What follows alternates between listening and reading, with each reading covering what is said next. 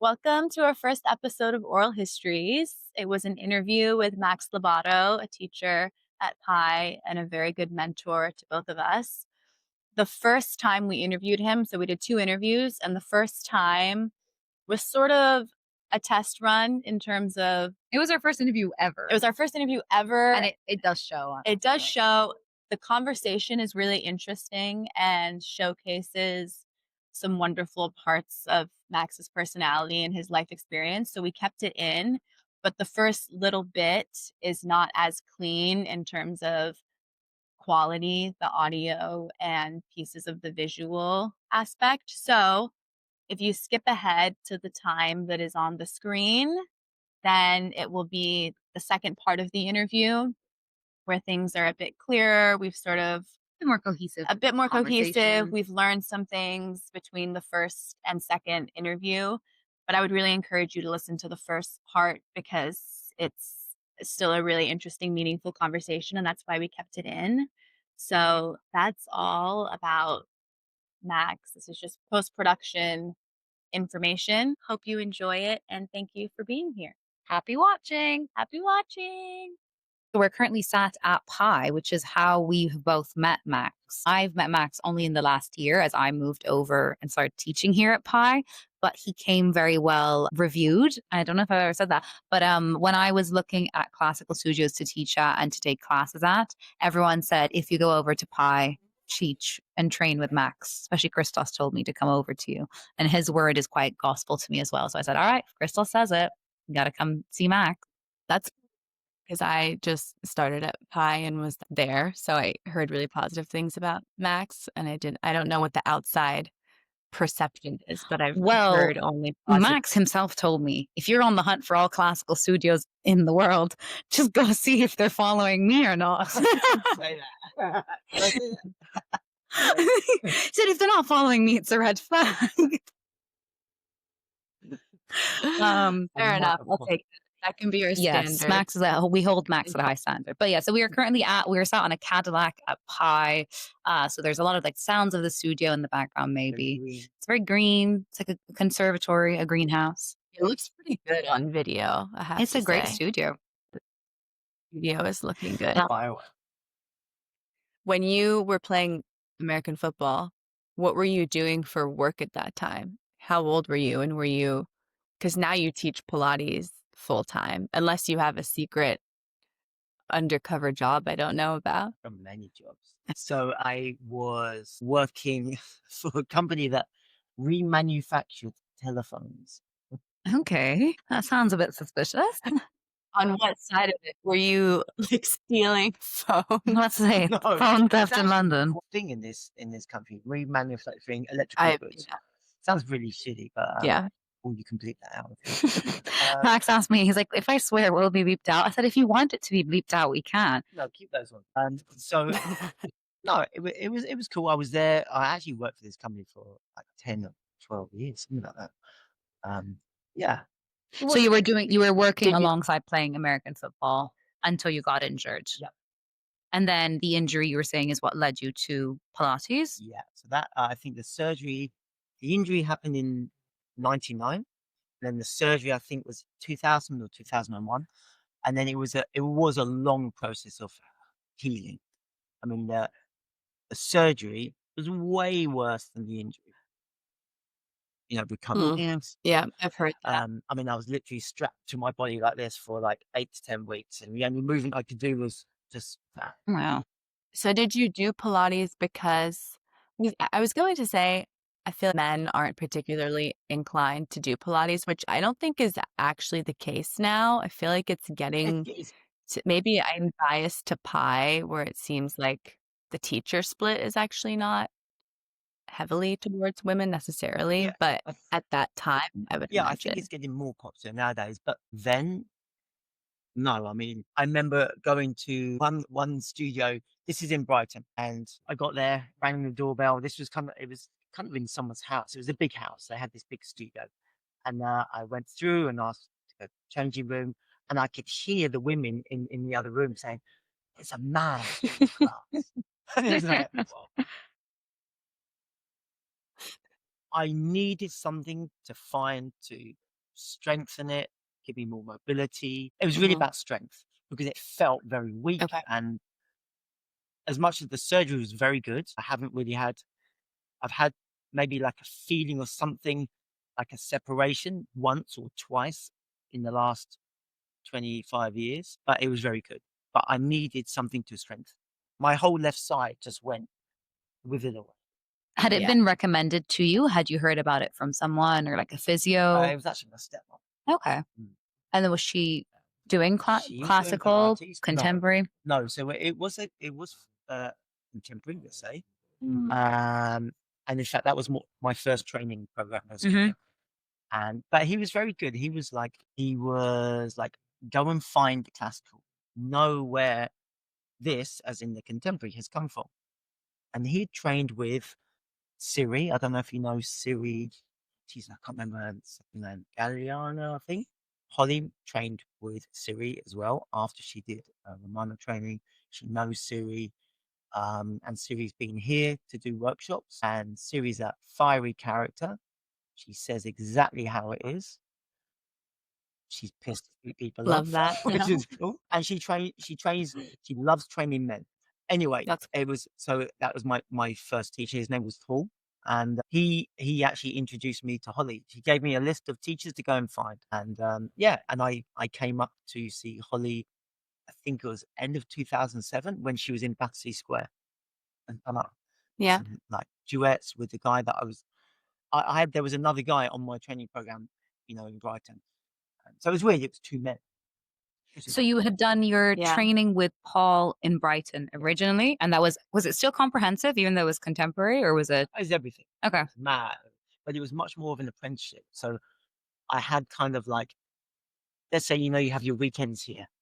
Basically, we had like 5 hours every Monday in the morning of what I need to go through, and then I had to be in the studio every day. So I was working, Just so observing and observing, helping out. Wait, so what I want to know, you're taking Pilates, you're doing it for your injury, and tons of people take Pilates and don't ever decide to become a teacher, especially people who are doing something else. Like, what was the reason that you took the pivot into, okay, I want to, did you intend to then teach, or did you just want to No, I learn suppose. more about Okay, it? that's a good question. Maybe it was like a couple of years beforehand. So that was in 2005. I started Pilates for recovery, let's say. But 2 years before that, I kind of left my job because I knew I wanted to do something else, something with the body, but I didn't know what. So I went to do a 10-week foundation course in shiatsu, which was really cool. I Huh? just Shiatsu is like kind of Japanese healing massage, kind of lots of energy stuff, but it Mhm. was quite close.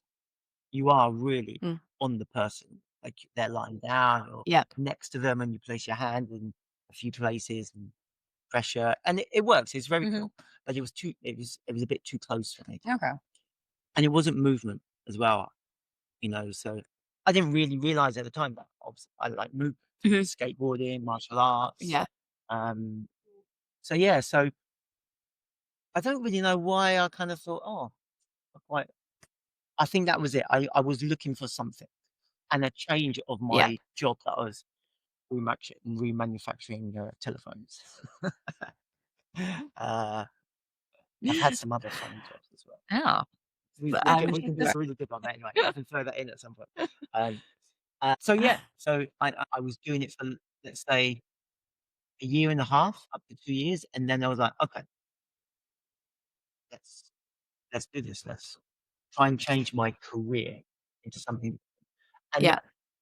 it sounds like, I don't know, funny, but I wanted to help or change. Yeah. And I guess you Did you have and oh, you're sorry, good. Layla, go ahead. I was gonna say, you touched on it a bit, but did you have a sense of classical, None. contemporary, what that I knew meant diddly at all? squat right then. So I started it, and it was, I don't know, in the contemporary, sometimes it is very broken down. But like I said, Paul had experience with classical. He actually had a copy of Romana's manual, which Ooh. is cool. and I got a copy Wow. for the apprenticeship. I don't know if anybody knows that actually. It's exactly the same as her one here. There's another story about that. Anyway, so I had all of that. And then, within the contemporary, he works for Body Control, which is a big training organization Mhm. here in the UK. And they break it down. Like every exercise is broken down so much. And then he recommended buying Return to Life through Contrology, Mhm. which was Joe's, the mat work. But so then it was like, Yeah. oh, why is that different? Why are we doing it differently? So it was giving me questions. And then during the training program, I started coming up to the Holly, and then it was like, oh shit, what have I just spent my 3.5 grand on? Where Mhm. I kind of feel better in what we're doing in the classical. But it was okay. It was Mm. fine. It was like, okay, just keep training, keep doing that, keep doing my apprenticeship on this because I couldn't afford to do another training Of program. course. So yeah, I think I'm more impressed or surprised that there was a contemporary presence already then, because I feel like it has had its big moment now, Pilates, and the contemporary world is really booming. And so I would have assumed it was a more recent, really progression. So it's interesting to see that, there was such companies and it was already prevalent, 25 years ago. it was. I mean, if you look at the history of it, Alan Herdman brought Pilates over in the 70s. I was about to ask you about Alan Herdman for London because I didn't know if he was classical or not. No, so he trained under Corolla. Mm-hmm. Was the first lady to open the studio with Joe's permission. She added to the method. She did her own thing as such, but still taught, Joe's way, but changed things to herself, which is the same as all of them, Romana, Lolita, and Eve, and they all, once he died, I suppose they all went off their way and they added and changed and you know did their own thing, let's say, but still kept it close to Joe, or they say we're teaching Joe. This is a bit weird. How did the stuff what you learned and then when you started doing the classical, how different did it feel? Did you think, "Oh, this is a completely" Um, because there's such a range of what contemporary looks no, I like. know. I mean, so I think I was lucky in the fact that all my original teacher did teach us, let's say, classical exercises, but in more of a, let's say, like a contemporary way. Like there is a way of teaching or doing the exercises. So I knew the stuff from, let's say, the reform, like I don't know, long back stretch and all of this stuff, and let's say perhaps the order of it because I was lucky because I had that manual. So I used to, Mm, I was a bit anal. I would like study it, look for yeah. things on the internet and the kind of how people would teach and the voice and the language. So I had quite a good head start when I did eventually train with Holly. So when you joined up with Yeah, Holly, you were client at back first? in Or you went 2007, to go I'd come yeah, up. when you very first And met then her. I would come up and I did a few workshops here. I saw Bob Leekens, which unfortunately I'd broken my foot the week before, so I couldn't really do the workshop. Uh, and then with Shari Berkowitz, and she was really cool. She inspired me a lot. Um, Mhm. Are all these workshops before you had started your no, training program? no. I'd finished it by then. So this was Okay, so 2009, timeline for us, 2012. because Yeah, I feel like we've gone off on lots of it. So you start I contemporary start training as a client in 2005. contemporary with Paul. You then start to come to Pi. No, I start a training program. You start I think it was at end of 2006 or it was middle of 2007, something like that. with Paul, With his apprenticeship yes, in the studio, yeah. and he recommends you Having to come. experience, know where this has come from. Mhm. So that's when I came up and saw Polly, and yeah, And when did you decide? So you completed your apprenticeship or your training with him. How long was it until you decided, you know what, I want to do a full classical quite a training? while actually. Um, in 2016, I came up here again when the Holly had moved to this studio, and I did a workshop with Chris Robinson, who was Romana trained and Jay trained, and it was cool. It was all right. And it was then I had just split up with my ex-girlfriend, which was a good thing after 15 Mm. years. And so I needed, That's a long. yeah, That's a I big know. life Yeah, shift. Holy people crap. get life sentences shorter than that. And yeah, that was it. I was like, I needed a change. Okay, so I thought it was going to have been that you were attending those workshops having done a classical training, but you weren't. So you were in the classical world quite a bit, but not having done that. You're a full comprehensive contemporary instructor attending all those classical Yeah, things. yeah, And I'm almost surprised that were they quite open to have you, even though you had no classical yeah. training? But because I think because I I'm I think Holly had seen me on Instagram. She knew me anyway because I was Hmm. coming up. She knew the guy that I was, let's say, my training partner, because then so we both did our course with Paul, and then he straight afterwards, because he had the money, he came and did Holly's training program, and so we kind of trained together after that, bits and bobs, and then he helped me a lot with my mat work. So I was veering into it, but without any actual training, let's say. But then I did, in a way, I Yeah. kind of, in that anal mindset of mine, I was really like focused on, okay, I want to learn this and read all of Joe's Hmm. stuff and Romana's manual, which I shouldn't have had.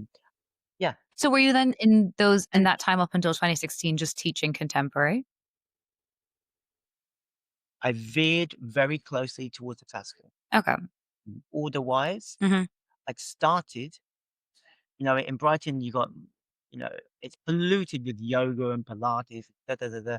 So I had like a little church hall and I had loads Nice. of mats, and mat work, Hmm. and I did it as um, like an intro, intermediate, and advanced. And they were Cool. 45-minute classes. So, yes, two 45-minute classes and one half-an-hour class. Nice. And then 2016, you decide, do you know what? I'm all in. I'm out. I'm out of Brighton. Down to London.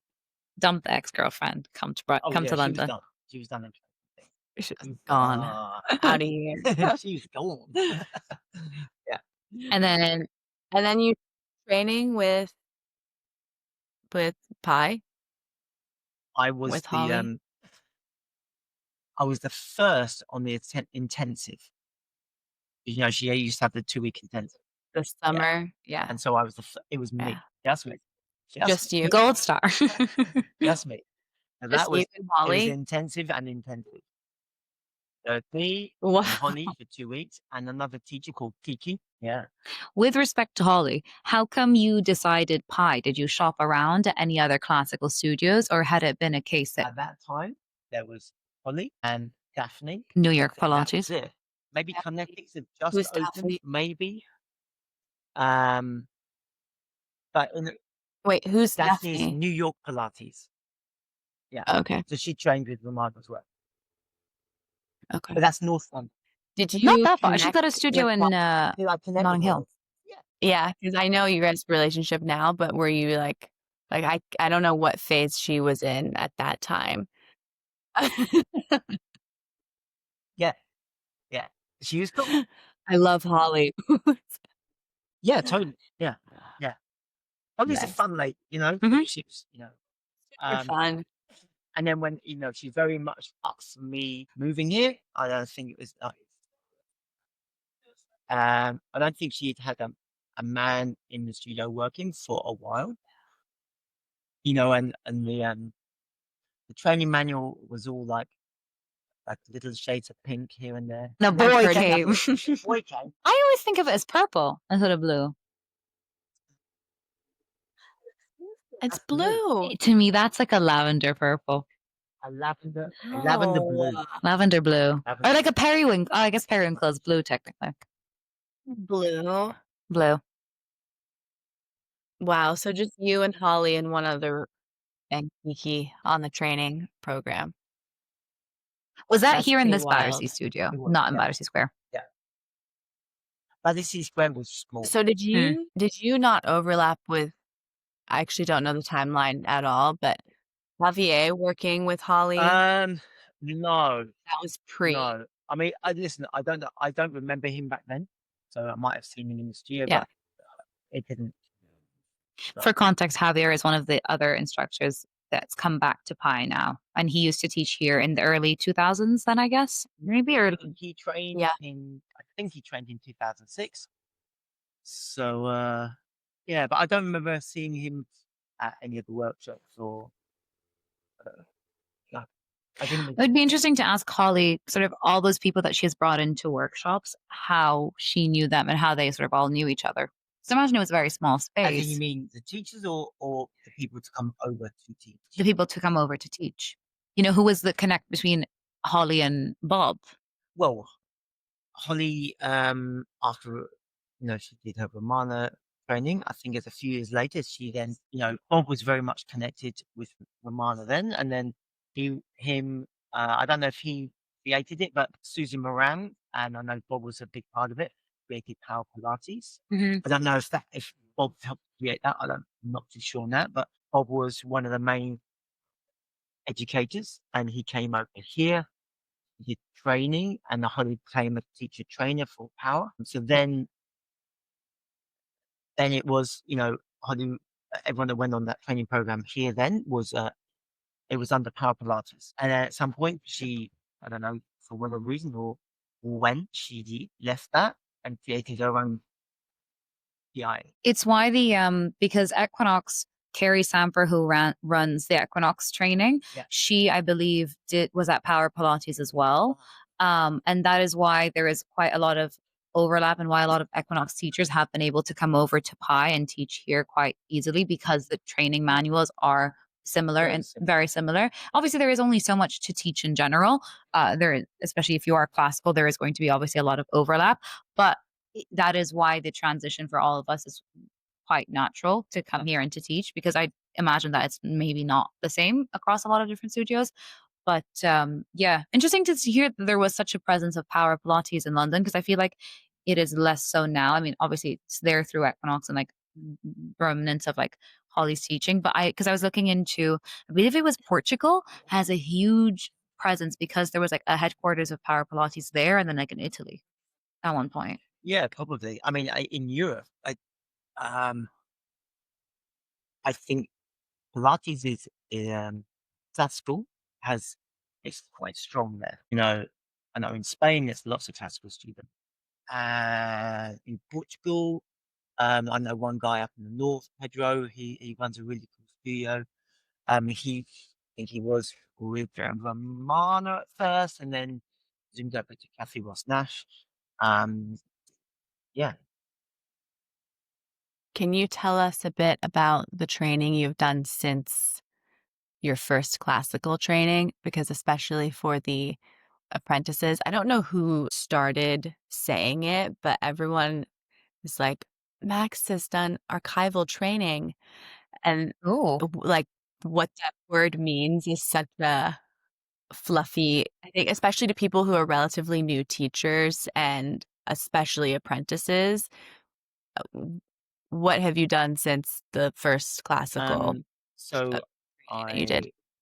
I it was quite soon after I did Hmm. the training here. Um, I've always had questions, you know, Yeah. because I want to know. It's the same with martial arts. I really wanted to know like the traditional stuff that had real application.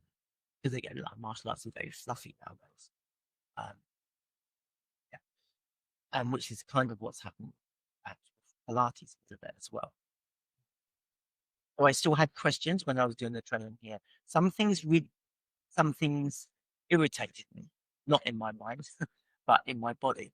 Um, and it niggled me why, you know, even in classical, why is Joe doing it slightly different as you see on the picture? Or the mat work is one example. The exercises actually are slightly different.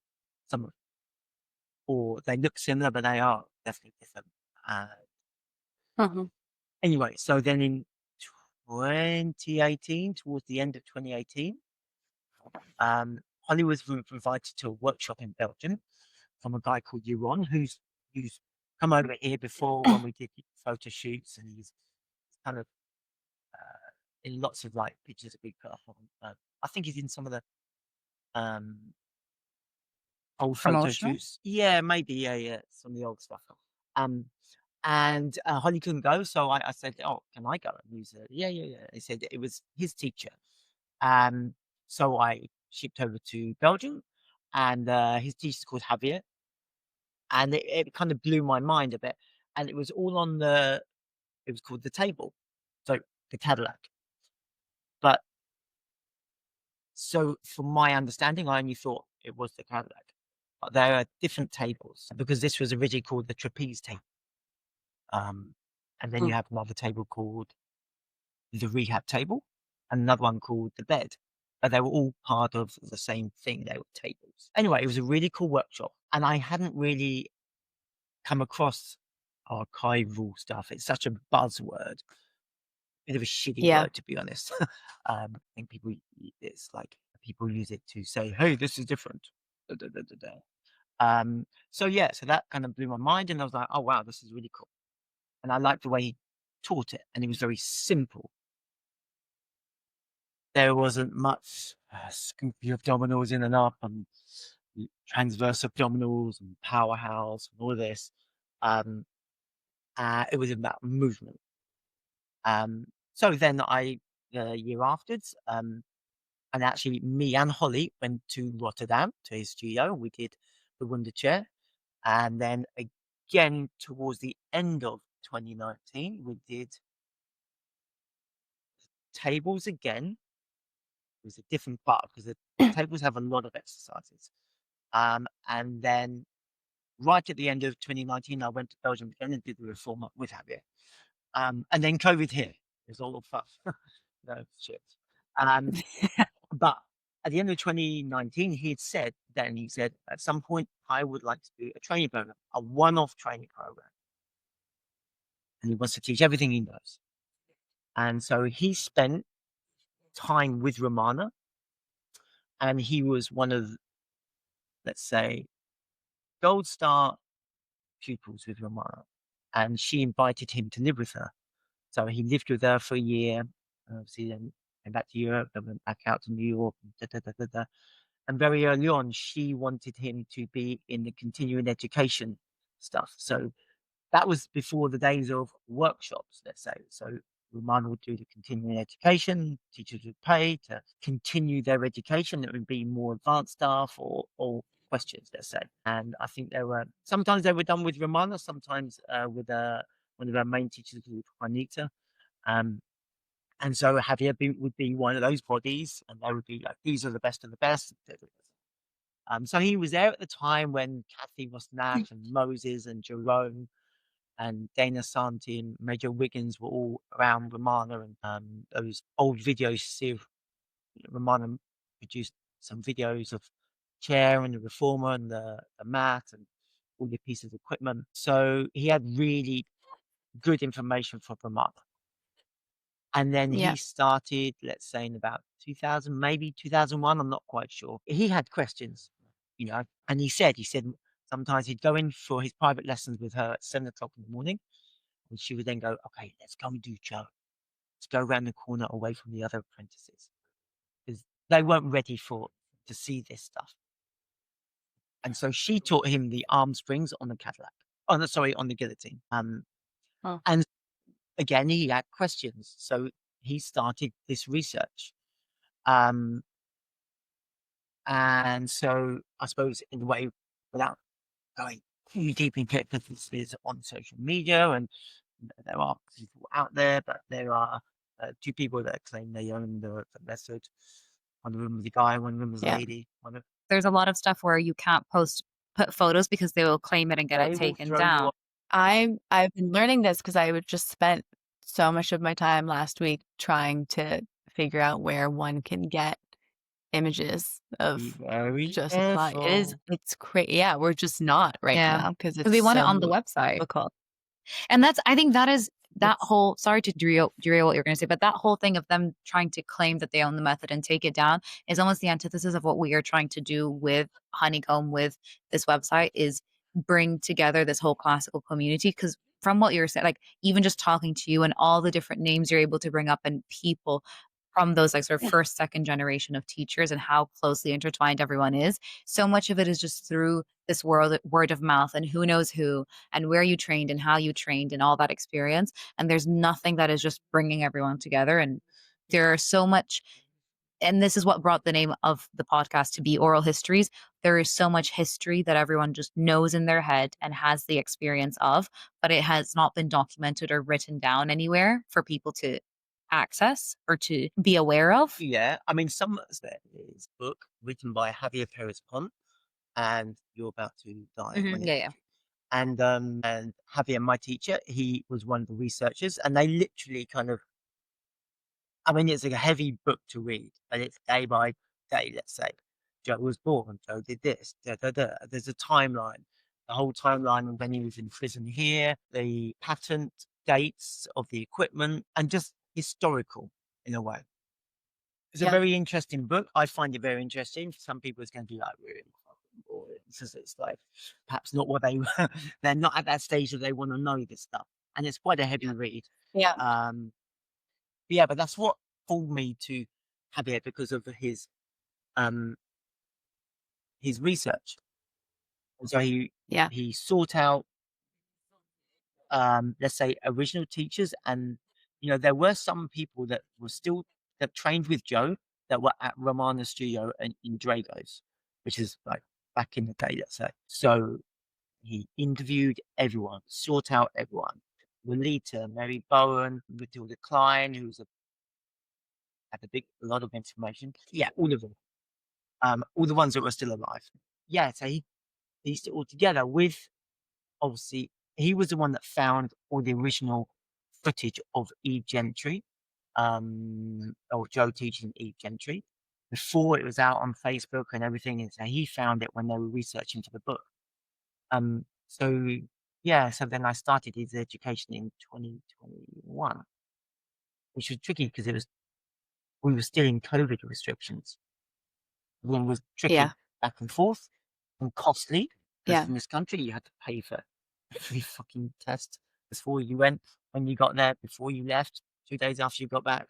But it was intense and was massive. And he taught us all the classical again, as Romana taught it to him, and extra. So what Mm. you learn in training programs nowadays is really small. There was a Yeah. lot more. So he gave us all of that. Yeah. And still he had to cut the material because there was just too much. So I'm lucky in terms that I train with him every week online. So slowly feeding into that. It never ends. Oh, it never is. Never ends. You keep learning, you keep improving. Because that's the Mhm. thing, right? Is to improve. Yeah. But in terms of like the training program, I've done my final exams. I still need to do my written. Ooh. But I need to do What does the written entail? Is that, yeah, what is that? I feel like that the could take a cases. few different avenues. The cases I to make see. you think. Yeah. In a way, it's kind of not real life because when you have a body in front of you, you see it. Yeah. See the movement and da da da. So, you'll get a brief description. Then you have to write a description of how you see the person. And I know for the final exams, it's 3 cases. Again, he wants you to think. So it'll definitely have some injuries involved, like, and some with 2, like a neck and a knee, or a back and an ankle, or something like that. That's so interesting. So they're fairly intense, Yeah. and you have to write out all the reformer and all the mat, whether you do it, whether you don't do it, why do you do it, why you don't do it, where do you see this person in a few months' time in that exercise, or if you sub it, if you modify it, if you modify the apparatus. So it makes you think. Yeah. At what point in any of the trainings, and maybe you don't even feel this way now, but to all of us, you're obviously very knowledgeable. Was there a point where you kind of thought, okay, I actually am understanding kind of what this classical business means and how I can help people with it? And have the confidence to, because I think when you do the training program, especially when you're really early on in teaching, as I am, I feel confident that I can teach what I learned, Yes. right? And to your point, I'm aware that that's a very slim piece of the bigger pie. But do you feel now like, yes, I'm very knowledgeable about this information and I can apply it in a way that is actually useful? I feel much more confident now, yeah. Yeah.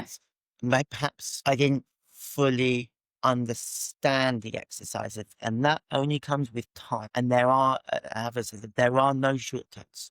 And I do believe that you need to be able to do the shit yourself. Whether you do it amazingly or not, doesn't matter. But you need to be able to do this stuff, especially if you teach an exercise. But then what Yeah. it's given me is now an understanding of, I understand maybe the goals of an exercise. And I see someone, I might need, I know what I need to do to make that person stronger in that exercise. And then only after time, when they are able to move well in that exercise, are they receiving the benefits of that exercise. Yeah. Which that It's is pretty cool. the beauty Yeah. of it, right? What Yeah. or what do they need to do that exercise? And then what is that exercise going to do for them? Do you have plans for future training at this moment, or do you just let it? And that, I train, I suppose, 6 days a week. Sometimes I might squeeze in two in a day of like Ooh. stuff that I want to do. Are you So doing martial arts still? I trained as much as I can, but I have to do it on my own because that in my people that trained with are karate, and it's very hard. Well, that's 3-year-old kid, almost 3-year-old kid that just wants to jump in with it. Um, but essentially, as I keep doing the workshops with my teacher, because now every time I go to the workshop, there's always something that now is going to Yeah. now I understand it.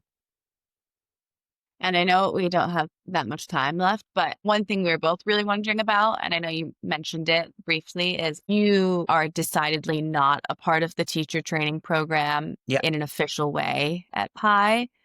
But I know you do workshops and things at the studio, and I'm sure other places as well. Is there a reason why you're not? Because clearly you're well matched to help a lot of the apprentices out, and you've been a very wonderful resource to everyone. So I'm just curious, is there a reason why? I mean, we've said that we are not ever interested in going a direction of teaching people. So I get that for some people, it's just not what you want to do. But is there a bigger reason? Maybe I don't want to do it, but maybe Yeah. like a reason. I It don't could think be that if it I is. do, well, yeah. I mean, I don't think I'm ready to do that, and that's not meaning that I want to be ready to do that. Yeah. I don't know. I don't know it well enough to be able to teach someone how to do it and how to be really good at teaching it themselves. Mm. I think that Yeah. that is actually quite a I think you it's need also. quite a lot of experience for that. I think it's also just Yeah. a different skill in general. Yeah, I think it's totally. a different type of. Yeah. I think a lot of the time it can merge together, just like you assume. Just because you can do something well and move well does not necessarily mean you can teach it well to someone. No, and I think there's Let alone teach someone how to teach it. yeah, I think there's plenty of teacher trainers out there that don't move so well. Yeah. And just Yeah. are teaching it from a fucking book. Yeah. You can't teach an exercise. You can't you can't move someone well by just regurgitating extend or the words from the book. You need to be able to feel it and have experience in it yourself to be able to Yeah. teach them how to get there. Yeah. I also, this is a whole different conversation, but I would still be at some point curious to ask you about the selectivity of teacher training programs, because that's a whole different, like you could have someone who's ready to teach and knows it in their body and all the rest of it. And then who you actually get in to do the program is the whole other half to it. And I think sometimes people come in and I'm like, I can't tell why they're here. And not that there's a right or a wrong reason, but sometimes I'm kind of like, you're not aligning with what is being given to you. And I don't know how to mitigate that before you even walked in this door. Yeah. You I know? think there should be interviews before people do Yeah. training programs. All I right. could see why. We need to I'm gonna. We can do a part 2. I'm gonna say, I feel like there's so much. We would love to do a part 2. All We right. barely scratched the surface. Very much so. So much Still to need to do. tell you that project job I used to do. Oh, Yeah. because I need it in the first one. If there's any classical studio that has not made the cut, it's because Max has told me that it doesn't pass my That's not true. now. Because he said be really strict with it. And he said if there's a riser on the reformer That is not true. strap, you know that. You No, just no, said. yeah, totally. So if you're thinking I'm a classical instructor, a classical studio, why haven't I been counted? If I've seen you, I've probably run it by Max, and Max has said no. Yeah. We appreciate it. All right. So thank you. Thanks, Very nice Matt. to see you, Rose. Nice to see you. I'll be back in September, so you'll see me soon. Cool. Bye. Bye. Thank you. Bye. Parents. What is that I'll go wallpaper back. from? Is there an origin story, or is it just Maybe it makes Just Holly always feel like been she's in there? a It's rain. meant to be like a green, but a now it's rainforest? blue. It's Yeah. light faded. Makes her feel like she's in the jungle, maybe. Do How's whatever. your guys' morning been? Your day? Good? Yeah, nothing too exciting. It's only 6 a.m. for me, so nothing's happened yet. It's 1 minute past. Is it? What was that? Yeah, 1 minute? 6:01. Right on schedule. All right. Shall we tell jump you- right can we tell into you it? what? Yeah, jump right in. There you go. Oh, Thanks for talking to us again, Max. Really appreciate it. my pleasure. How come you've got a cool green light on yours and mine You don't do. like it? Yours is, it's just You can't tell not. 'cause there's brighter for us. So like you can see, even mine doesn't But show Rose that is like, Mine was charging all night for 12 hours, so it's I've ready to charged go. both of ours as well. Yeah. I was like, that's the one thing I have to do. That's the one thing that we continually forget to do, but we're getting better at it. I We're think learning. mine's- Yours is charged. I'm joking. So annoying. Because I'm going to be watching the audio levels this whole time. I'm going to be scared. Right. Shall we start with an official intro? The one and only Max. How do I pronounce your last name? Lobatto? Very good. Is it like I that? was Yeah. thinking Max this because I Lobatto. don't know. I Yeah. actually have no idea. Okay. All right. Lobatto. I'm so shall we read? All right. So I'm sat next to the one and only Max Lobatto. Round of applause. Woo! The ladies go wild. So Max is one of our Pilates instructors here at PI London. He's been here for quite a couple years now, fair few years. I think this is my 8th year. 8th year. I think. Yeah. Yeah. Nice. Yeah. And so he is our first guest on Oral Histories. So welcome to Oral Histories. Thank you very much. Very exciting. We already talked to you last week, but we pretty quickly realized there were a lot of things that we wanted to ask you again and further. So here we go. Yeah, Just so right to the into listeners, it. we may be repeating some of the stuff. We're not actually 100% sure what we're going to do with that file yet. It might be just a bit of Yeah. extra content because we do dive into Max's personal life quite a bit in it, and it's just it's a nice Meat chatty shop. conversation. No, it's a great conversation. But I think we touched less on the classical stuff than we were wanting to. So it was a good lesson, I think, for us in interviewing and sort of getting across what our main points were. So this one may feel a bit more to the point. Cool. But still, hopefully, we'll learn a lot about Max. Firstly, we wanted to ask you, how would you define classical Pilates? Because we hear not different answers with whoever we get, but it is not always super clear, especially to newer teachers. I'm in a new place. I'm trying to find studios. I believe I've found a classical studio, but I'm just curious how you define it. Have you always defined it that way? I used to define it because I heard this from Bob Leekens, which was he was a really cool teacher, teaching the same language, same exercises, and same intentions as Joe. I like that. hmm But now, perhaps I have a different definition of it, and you could say you could kind of give that with the same exercises, same language, same intentions as Romana, because the classical is really, in a way, and this is, I suppose, a bit, is it political? No, not really, but the classical is Romana's interpretation of Joe's work. She added, she changed bits and pieces. Things came out. I think things came out before she came back after Joe died, Mhm. because she didn't suddenly jump into the studio after he died and left it to He's her. gone. It's time to change it all. Yeah, I think, he died in 67, and I think she came back in 1971, maybe. I might be wrong with that, and maybe it's 72, but I think she came back in 71. So if it's defined through Romana lens, then what would be defined for what Joseph Pilates? Is that contrology different, or is it They just Okay. okay? So after 1967, it started to change. Yeah, I think Clara was the first one to start changing stuff, like shoulders down, ribs in, taking some of the exercises out. And then Romana added stuff, like created series. Nowadays, we call it the long stretch series. It's interesting though that even in, I guess, what Bob is defining it as, there's no mention of equipment. So would you not emphasize that? Because you've been talking a lot to me about making sure the equipment is classical That's what Holly and says as well. So I was outlines. curious. Yeah. So because obviously we've been chatting quite a bit recently about what makes a classical equipment and what makes a studio classical Yeah. because of the directory that has been launched onto the website, which is all the classical studios. Mm. And so I've been sending some and checking in with Max, would you consider this classical? And the first thing you said to me is 4 springs, no riser at the back of the reformer. A hot topic, maybe Yeah, for some. And just to make sure it is a classical equipment. So would you add that to your definition of classical? totally. It needs to Mhm. be on that equipment. So that's a given. Definitely. That's baseline. See, you Yeah. can teach stuff on other equipment, but it will feel different. So we've got this crazy fly flying out. We're at the Pi Studio in London, and as the Well, name would suggest, it's like a conservatory. So So hot. windows are open, and the flies are coming in.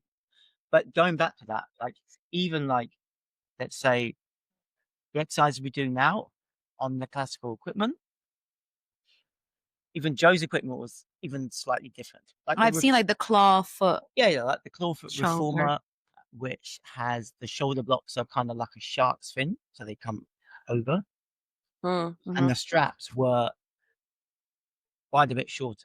Because you use a different handle as well when you teach, or you used to. I remember you used to Yeah. switch What's the out. deal with I've that? kind of got the wire handles, which are really cool. They Yeah. allow more space for the hand. I don't know And when they changed or why they those still what? fall under the classical. That's all a part of classical equipment. Those little kind of like quite very sturdy handles. Yeah. But you can also get kind of the leather handles as well, which actually are quite nice. But yeah, going back to what I was saying, the straps were shorter on the reformer. So then when you do, let's say the hundreds or anything like that, you're pulling from behind more. So it lifts you more, Interesting. it supports you more. But then when you go into a short spine, I mean, that pulls you very strongly, Mhm. very strong. Um, so then really to understand the feeling of the original exercises even more so is doing it on equipment that has the original measurements. Mhm. Which When is you interesting. Oh, go for it.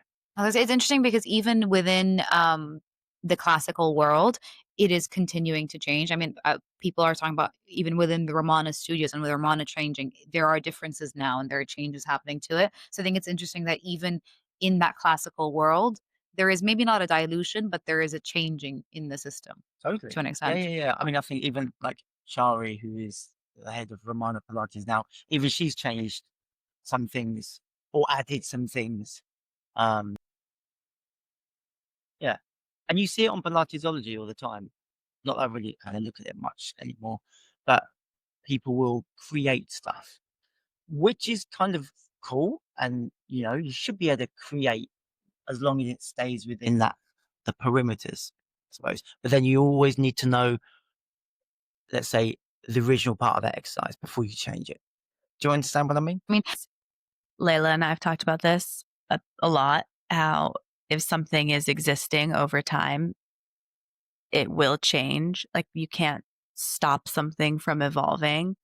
And so when you ask people what is classical, especially people I know who do Pilates that isn't classical, they're and this is just my friends, so some like clients, I guess, who have had questions about it. People think there's this rigidness to it, and in some ways, I would say there's structure to your Yeah. point of knowing the integrity and the original meaning. But that doesn't mean that I can see how if you explained classical Pilates to someone, they would think that sounds maybe a bit less interesting than what I'm looking for, but it isn't. Yeah, yeah, but it doesn't feel rigid when you're teaching it or doing it, and that lends itself to being a good teacher, I think. People will say you've been indoctrinated into the cult. That is why you Yeah, don't. It's yeah. rigid. No, but I suppose in a way, let's say, Joe didn't really have levels. He had like unfit or fit, but there is Oh, a way of bringing someone through that order, let's say. Romana created the levels, like intro or basic, intermediate, and advanced, and maybe super advanced. And that was, I suppose, in a way, a really good way to help teachers bring someone through, have a structure for them to bring people through. Right. Yeah. yeah, because you have to. The people who show up, you never know what they're gonna be ready for. They're not gonna be ready to just jump right into the full experience necessarily. Um, when you teach when you teach private clients and because we talked last time about how you have contemporary understanding and classical, and you've like kind of had these joint experiences. Do you teach, because I'm only trained classically, so that's all that I know, but is it very separated when you teach? Is it dependent on the studio that you're in? The second you would ever start mixing things, then it is not classical, I would assume. So, how does that division look like for you as a teacher? Do you only teach classically? If I have to, let's say, injuries or someone elderly, maybe you have to give them something different, a modification, but always with the intention that at some point I need to try to bring them back to the Classical. exercise. I was going to say, would you give, just in case we don't use that last podcast, would you just give a brief summary of how you made your way over to classical? So I was originally contemporary trained, 6:15 alarm just went but off. kind of during that training, my teacher said, "Go and find the classical, know where this has come from," and that's where I met Holly back in, I think it was 2007. Kept on coming up here to the studio, came to different workshops, as like Bob Leekens and Shari Berkowitz and Siri Robinson, and I did my training here. And then I met my teacher now, which is Javier, and he was with Romana for a long time as a personal student. So, and he was one of her favorites, you could say. So, yeah, so he did his training program, and he started research into those originals, how it was with Joe.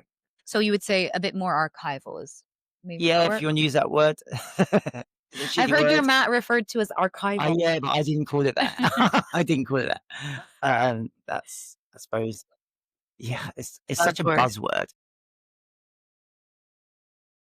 People love that, guys.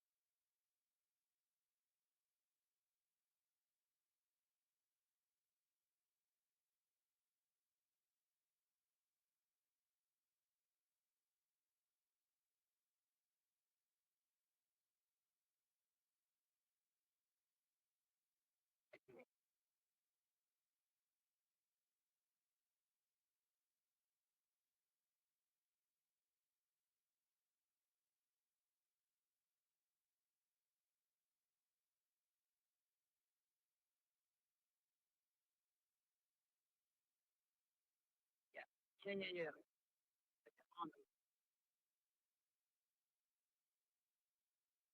And yeah,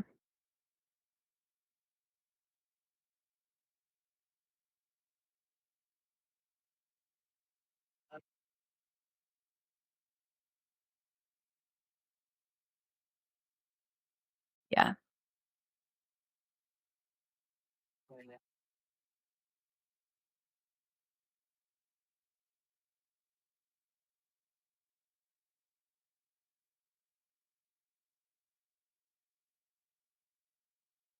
yeah.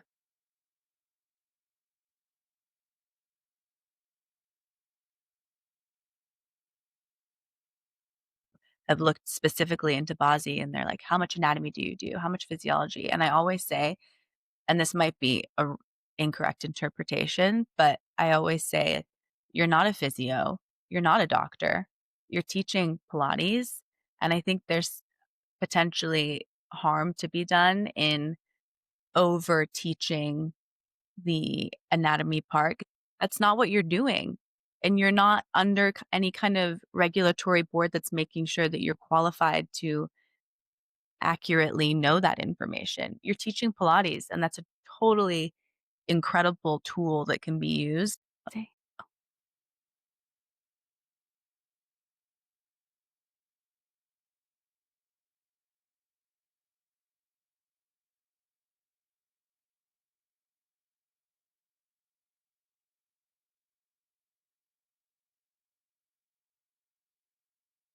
Extender. Mhm. Just the lack of regulation around it, I actually think is kind of a good thing. Yeah.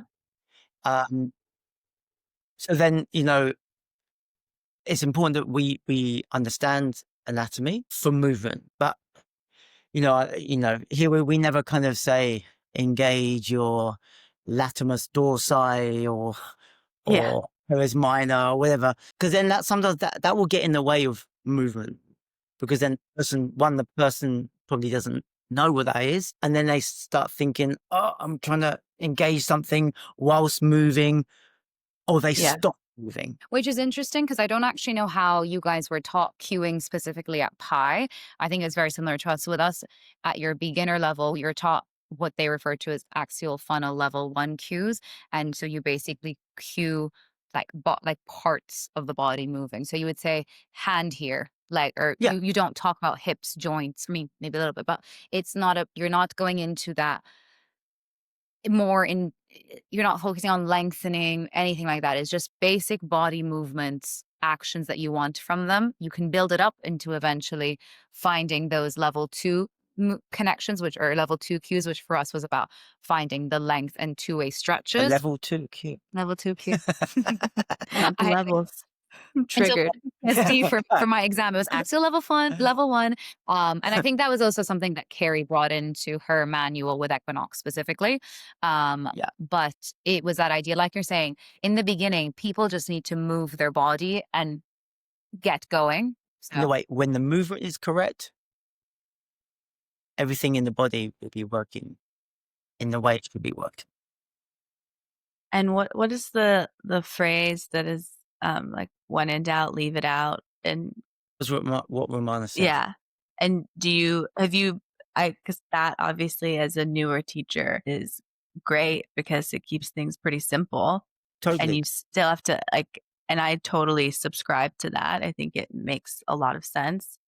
Do you feel like you've seen that work in real time with clients? Yeah.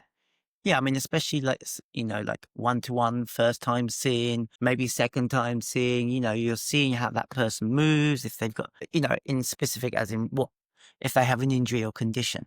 Yeah, Mhm. totally. Yeah. Yeah.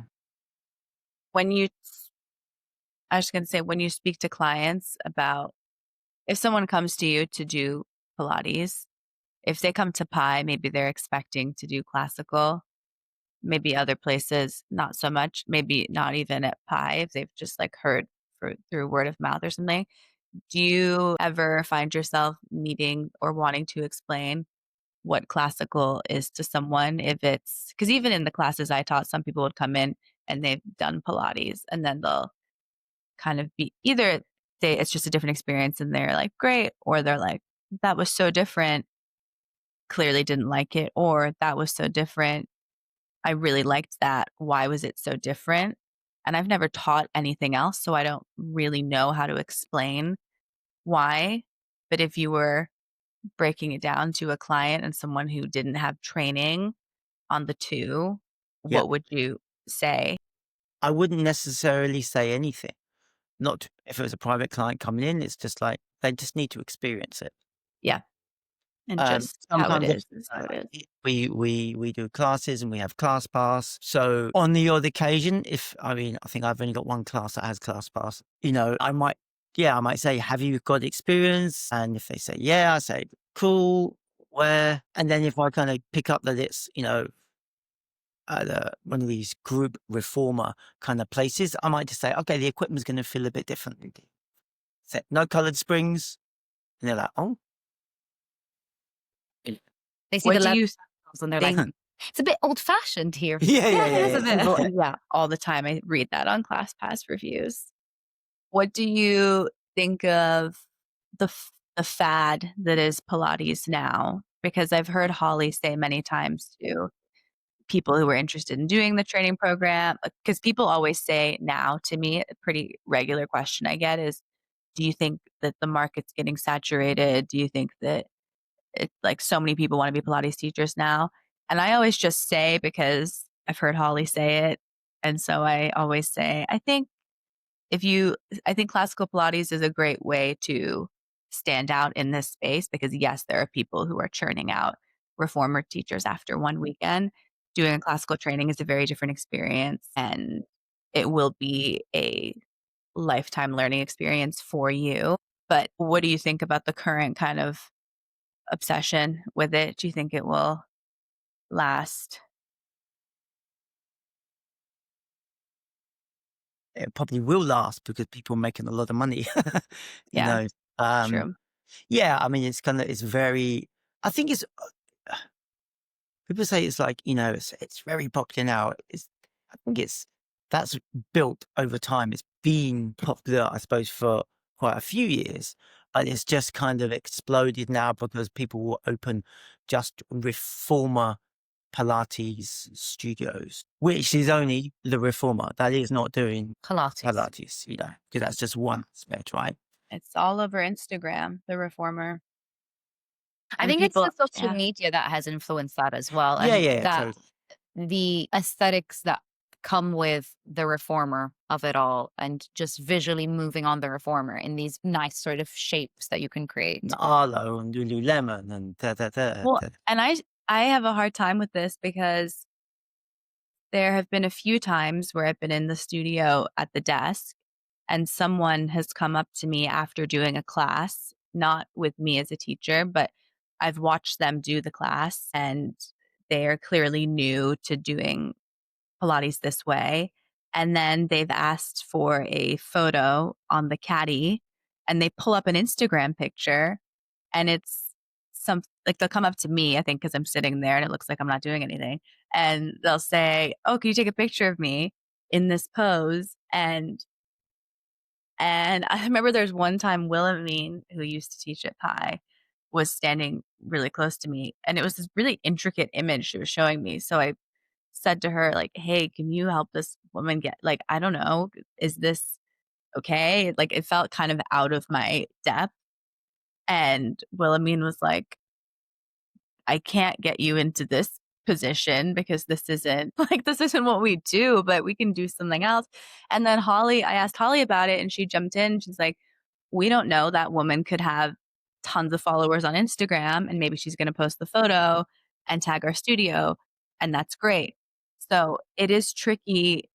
Where do you draw the line? Business mind. Like, yeah, she's thinking ahead. But Pooja and I were talking about this yesterday because she has said in her classes that she's now recently started teaching, there are often times where people have a phone and they're looking at their phone during class. And we were like, should we ban phones in? People have been wanting to record themselves in mine a lot of the time. And Mhm. I just say, get yourself in it and no one else. Because I'm like, if I asked Holly, Holly would love for them to post about the studio. So I've been saying, Tala records her clients yeah, because to my mid-class. knowledge, it is permitted in the studio, but it's an interesting To the aloe comment, Yeah. I saw an ad by aloe and I haven't seen it since. And it was someone on a reformer. She was doing long spine. So her legs were up, but her feet were in the handle of the D-ring. Yeah, So yeah. it wasn't even in the leather. And the headrest was up and she was looking to the side. So the neck is up and the feet are up in the handle. And I was just like, that is unsafe. How do you not have someone on hand to, help out with it? Yeah, it was just a lot. But it's sort of that Instagram This is the Pilates. thing of like social media, you know. All we have to think about is, so we need to do it right. That's all. Yeah. So then I think we touched on it briefly, but the whole elitism in the Pilates Yep. world about the classical and whatnot, because some may say that you saying we should just stick to classical, not as elitist, but what are your thoughts on it? Do you have many thoughts on it? You also taught in a studio that has, or you teach in a studio that has a contemporary side to it Yeah, as yeah, well. yeah. But I'm in a private Classical. room with all the glass You don't equipment. touch the contemporary. No, I just don't. Yeah. Sorry. Common folk there. Yeah. What was the question? Do you have much of an opinion about sort of the commentary about classical being elitist?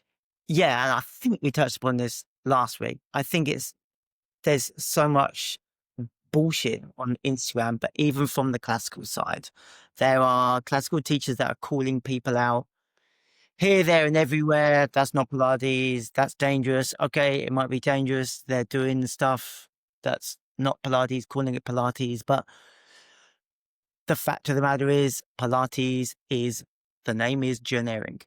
You can do whatever you want, say pulling your abdominals or scoop or whatever, and call it Pilates. If it's on something that looks like a reformer or a Cadillac or whatever, and everyone just has to get over it a little bit. Yeah. I think it's giving, let's say, classical or whatever, like a bit of a bad name, because now all these teachers are making it elitist, you know? It's movement. We just got to move, you know? I almost just wish it, like, I think from my perspective as a newer instructor, I almost just wish it had been marketed or is marketed differently, and that reformer was almost called something else, or like even with mat classes, because what's happening is people now come to classes I'm teaching and they are almost frustrated because they're not getting what they want out of it. So I just wish there had been more of a differentiation, almost for like a user convenience for them to be like, okay, I know what I've signed up for. Whereas I think maybe more in mat classes, people come and are now expecting more of like a sculpt bar pulse vibe, and then they're not getting that. And there's almost a user error or user Well, frustration. yeah, and that's like the understanding of, again, what is Pilates, but then that goes back to the thing that, and it's kind of going in a circle here, that the classical is the closest thing to, let's say, what Joe taught. Mhm. It isn't high reps. Does it sculpt? Of course it does, if you stick to it, which goes back to the whole patience, perseverance. You've got to just keep doing it, rather than like, let's look at the, what's it called? The megaformer. I'll agree. At least they don't call it Pilates, Mhm. because it is something based on the Yeah. reform.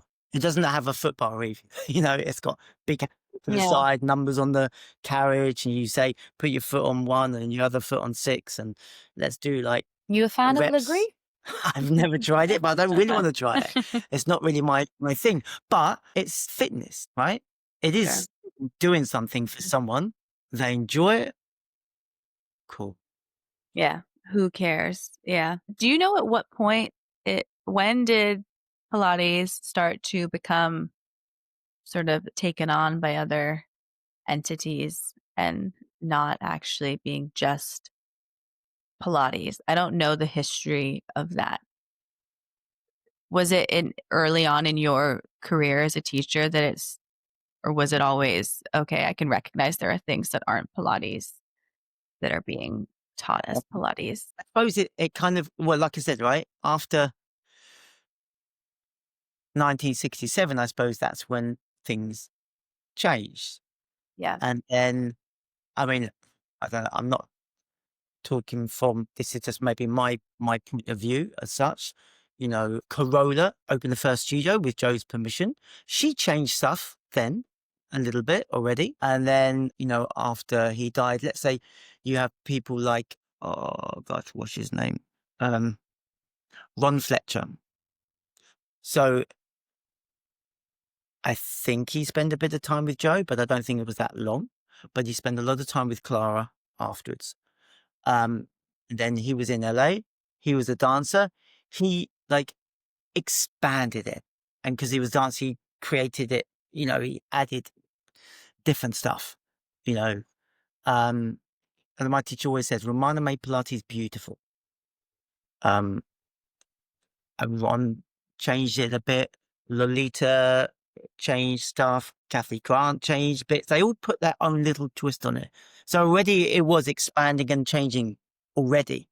And so then it will always be, as it's passed on, change a little bit more, and a little bit more, and a little bit more, and this and that, you know. Sorry, it's about to cut us in. So yeah. I mean, and then you have big companies like Balance Body, I've forgotten the guy's name. Is it Ken Heiselman or something? There you go. Okay.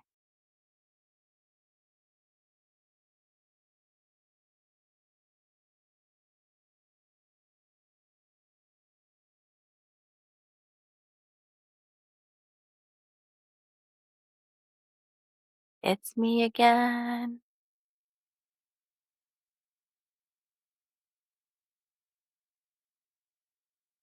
I just got definitely a scam text. It says it's from some random EMRA and then a bunch of numbers and then some random email. Hello, my name is Isabella and I'm a recruiter at Warner Bros. Sure you are, Isabella.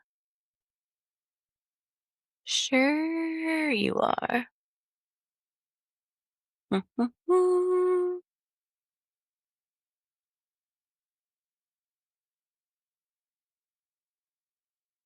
Well, the next questions I was going to ask Max, I'm very excited about. So, hoping that they get back online.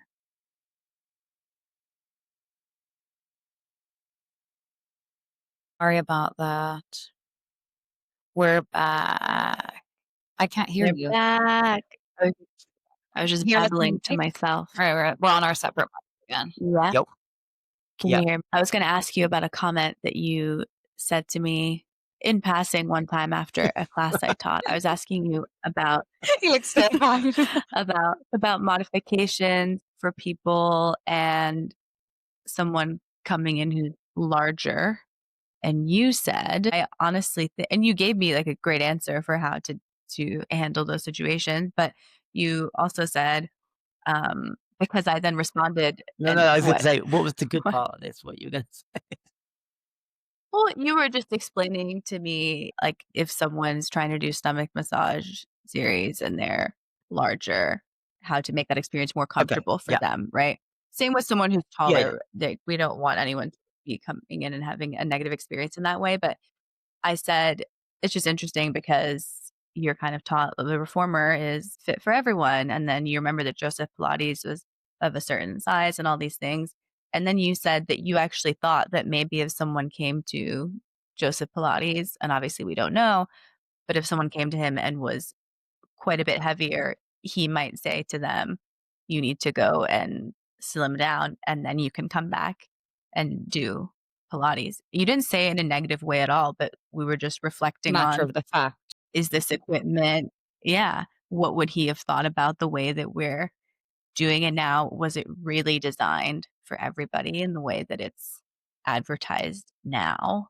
Yeah. And I'm just curious what you think I mean, about that. listen, it is you would change the apparatus for someone, second gear. We must be talking of something as in, okay. Okay. If someone I was going to say, is obese. Okay. So maybe that exercise is not for them. So you have to do something to give them the same effect elsewhere Yeah. in the studio. That's why it's a system. Yeah. A wonderful Yeah. created system. To jump off of Beautiful sort of what you're saying with system. what would Joe think? Because I've seen people say that, he was an innovator and people who are sort of contemporary maybe not apologists, but people who are I've seen that are quite anti the classical world, and how they see people who are classical, say, oh, but Joe said this, Joe said that. And, we're sort of following the gospel of someone who no longer exists. And Yeah. they say, and I've seen the argument that, well, he would have loved all these new inventions and springs and creations. And obviously you didn't know Joe personally. I don't know, maybe you did, but I don't think you did. I'm not that old. um, but do you have a comment about that? Do you think he would have changed it? I mean, we can No, only I wouldn't guess. say he would. I think I know from the research that, okay, he never changed an exercise. When it was in, or he took it out. Because there Mhm. are some exercises that I think there are pictures and footage of that then you look at the other, let's say, older pictures later on in years that they had come out. But he did change the equipment. And so, like, and it's something that, not well, I don't think any studios have them. I know my teacher has one because he had the original measurements, but the Rival. archival, fucking hell. The rehab table. And so, which is kind of like that one end of the Cadillac. It's kind of like a tower, but it only comes up so high. But he did have different periods. It would get higher and higher and higher. So he did change equipment. Um, there is a metal Wonder chair that he. Oh, I don't even know if it was called a Wonder chair. Actually, it was another chair. There were three different versions of the Wonder chair, and I think three versions of the high chair without the back. So another two versions. One with handles at the front, which are really cool, and the pedal was not that kind of square pedal. It was the pedal like the Wonder chair, which is more like the footbar or foot corrector. Yeah.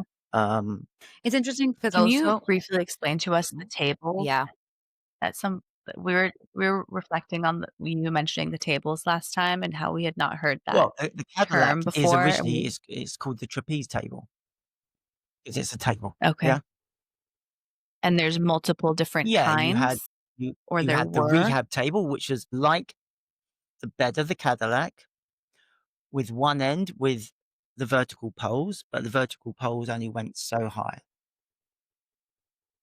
And it was a little bit shorter, as in it wasn't so high off the floor. Then you had the bednasium, which is, you see that there's a old footage of black and white footage of Joe in the bed, and then he and gets it's, up. well, Yeah, yeah, the one where it's it like is. it's like cutting and It's called a folding in V half. bed. Yeah. V bed, and then he pulls a lever and it goes into a flat bed, and it's got a little frame, so it's just a bit smaller than the rehab table, and it has springs, a rollback bar. Shit, I just pressed the button. You're fine. You're fine. Um, and so those have particular orders, but there are more exercises in the list of those apparatus, if that makes sense. Yeah. If- It was just interesting you said that, and we were like, "Oh, I Yeah, didn't yeah, yeah. even know There's that there was there's something called there's classical." other. It's interesting also because it's quite relevant to what's also been going on in the studio and to this whole conversation about how things are just going to change over time. There are now different manufacturers of classical equipment. So everyone mostly knows Gratz, there's Legacy. We have some equipment that's come from Korea. Korea. So I think it's also interesting how obviously different manufacturers may have slightly different specs and measurements for different things. And that in itself is changing part of the system and your experience of the classical. If you're not having the same levels of Gratz, or if you don't have Gratz springs, maybe those springs feel different, that tension across the board. Yeah, I mean even All grass. of our reformers, each one feels so different from the Yeah, yeah. other. A reformer will always, even if you had them all from the same company, they would all perhaps feel slightly different. Hmm. I guess an Um, age different or like yeah, bit in use. I'd say though that most of equipment from different companies pretty much have based it on grass. Hmm. I know Designs, Pilates by Designs, that was originally called Basil. He was the main engineer at Graz, and then he left Graz and created Basil. So he changed the design a tiny bit. Hmm. You can also get 5 springs with Pilates by Designs. It's like a half spring in the middle. So Christos was telling me about that, and that was originally it. There was someone had a reformer that was Yeah. like that, because I was talking to him about the rowing series, or just in general about if you were to choose what spring to choose out of the four, if you had different imbalances in the body and how you would choose things differently based off of, your weaknesses and strengths. And that was when he told me about that fifth string, or fifth spring on a reformer, but I had never heard that before. And had I seen a reformer bed with five springs, I may have just assumed, oh, that's not classical, when in reality, Yeah. it is Yeah. Well, it's yeah. a different type of Yeah, classical. it's like Different. their addition. Again, it goes back to the method. It's like someone's adding something. which is just bound to happen. People are doing all sorts of Are we going to things. have jobs in 20 years, 30 years? Is this classical world going anywhere? Yeah, Yeah. do you What do you think think it is going will to happen? stand the test of Yeah, time? totally. Yeah, I mean, maybe I don't know, it dispenses. Everyone goes out and maybe you all just, it's like home studios. You teach a few people a week when we're in our 70s, 80s. I'll get there before you two. But, No. yes. Do you foresee yourself teaching Pilates for the foreseeable? Yeah, totally. Yeah, I was gonna yeah, ask, yeah. yeah, We're 100%. in- Do you ever think about doing a project for yourself? Like maybe not a studio necessarily, but I don't know, maybe Max writes a book or I'd something. No, read that. I wouldn't write a book. I I wouldn't write would a book. read it. No, That's no, what no, I'm no, saying. no. Do you have visions? I You don't have to never share used to your want to, all of your or open a secrets. studio. I never wanted to, but now my mind's changed Oh, at some point. People would love if you had a Yeah, studio. we are but people. yeah. Yeah, Oh, but just you two. people Yeah. need to. Shit, I need more. Um, What would change your mind, or why have you not wanted to? And I mean, I've seen the behind the scenes, and it's a bit of a show, so I can understand just not wanting that. um, But why did I not want to? If you want, this can be the last question because you'll probably have to wrap up to start Oh, the yeah. class soon.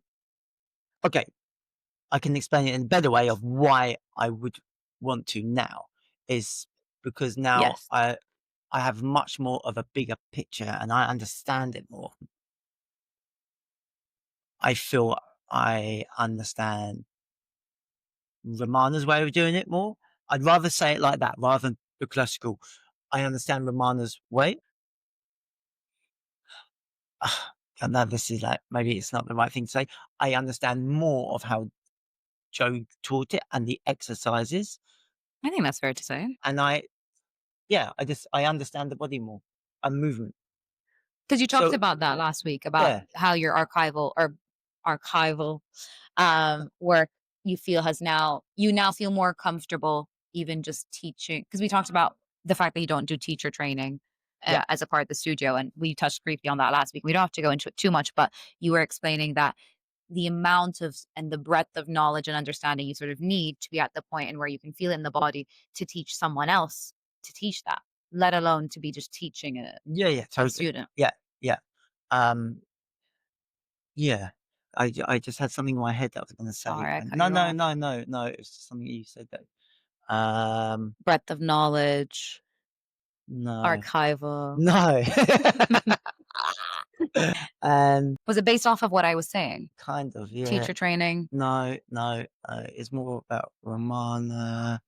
Okay, I think studying, let's say, how Joe did stuff, it makes me understand more how Romana did it or why she perhaps changed some things in my own head. Maybe I kind of, maybe that's not right or wrong, or I don't know. But I kind of understand the classical more. It's helped me understand it. Yeah, but that was only through learning through my teacher. it's just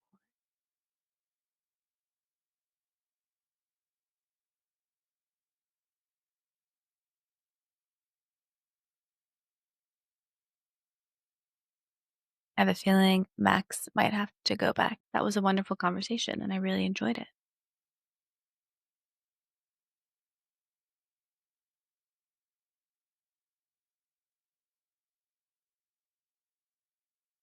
Just figure we're gonna have to So say what I was goodbye saying, now. yeah, even Yeah, yeah. yeah, let's hear it. Let me just Yeah. finish what I was saying. I'd say after like 2000, I think even then the program in Romanas was slightly changing. You know, you used to be able to have to do.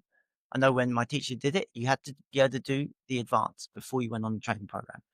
Didn't mean you had to be perfect, but you had to kind of be at that Feel it in sort of your level. body. Yeah. I kind of agree with that. I think you've mentioned it before that there should maybe be a bit more of a filtering of people coming in, and that's a whole different conversation, but I'm Yeah. inclined to agree after some of the conversations I have. Part 3.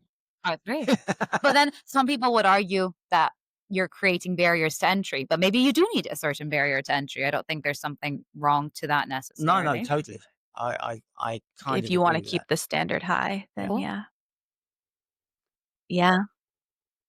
Yeah. Well, Yeah. Yeah, totally. thanks, Well, All right. Max. thank you, Thank Max. you. Thanks for Thank bearing with Really all of you. our tech appreciate it, Max. issues. All I'll right. see you soon. Pleasure. Yeah. See you next Bye. time. Bye.